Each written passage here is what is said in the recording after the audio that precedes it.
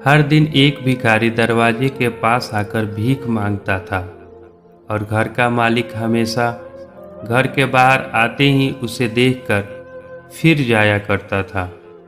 कई बार उसके लिए गालियां भी बकता।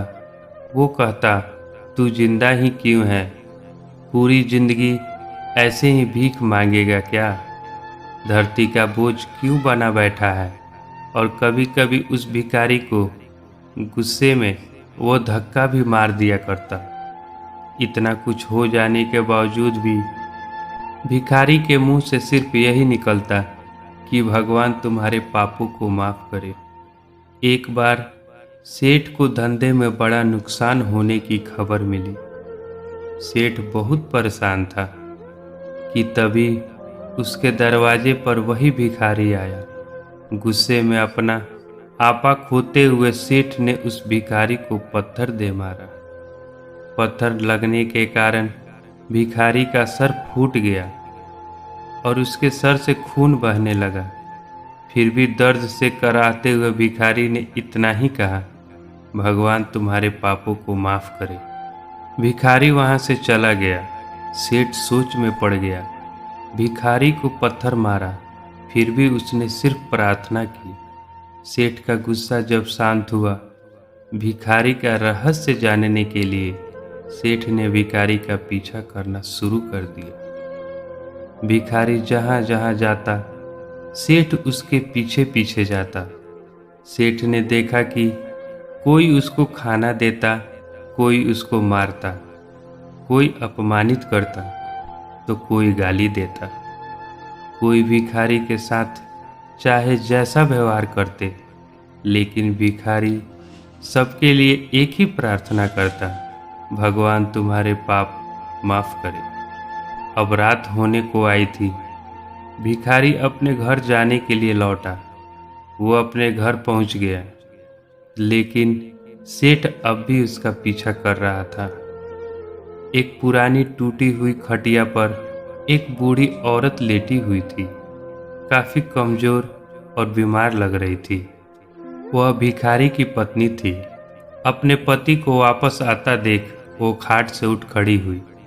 पत्नी ने अपने पति के भीख वाले कटोरों को देखा। उसमें सिर्फ आधी बासी रोटी थी।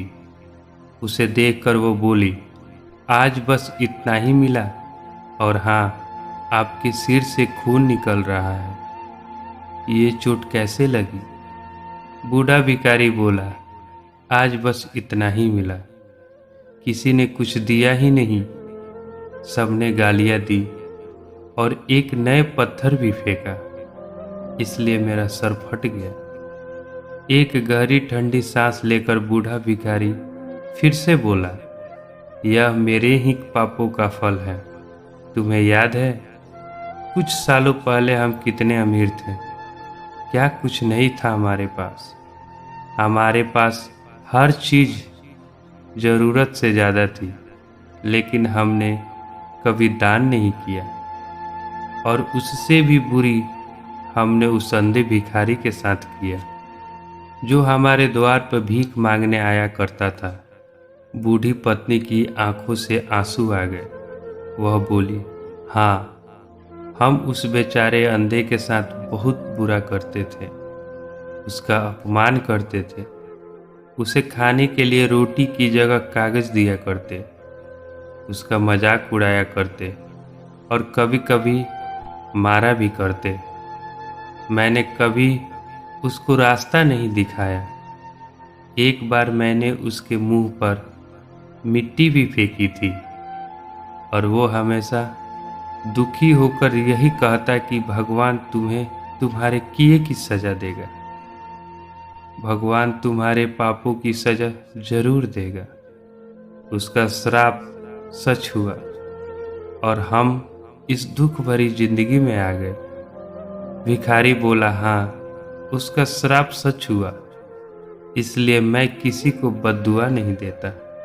चाहे कोई मेरे साथ कैसा भी बर्ताव करे, मैं हमेशा उसके लिए प्रार्थना करता हूँ।